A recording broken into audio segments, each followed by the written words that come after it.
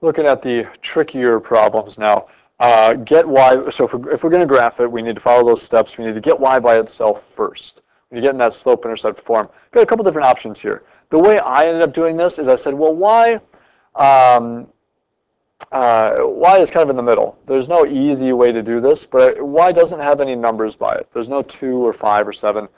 And so I'm just going to add y to both sides.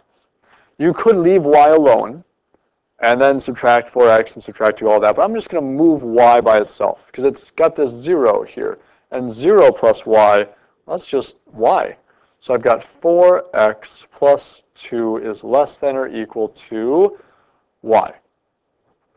So reading this backwards, it says y is greater than or equal to 2 plus 4x. Again, I read that backwards. Y is greater than 2 plus 4x.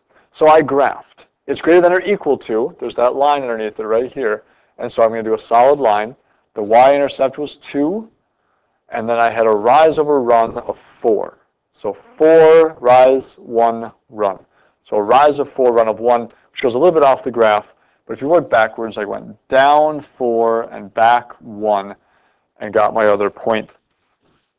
Once I graphed that line with a solid line, I looked at it, it said y is greater than 2x plus 4, so I'm going to shade above the line, because when y is greater, then it's going to be above that line, because any y value greater than the line is a solution.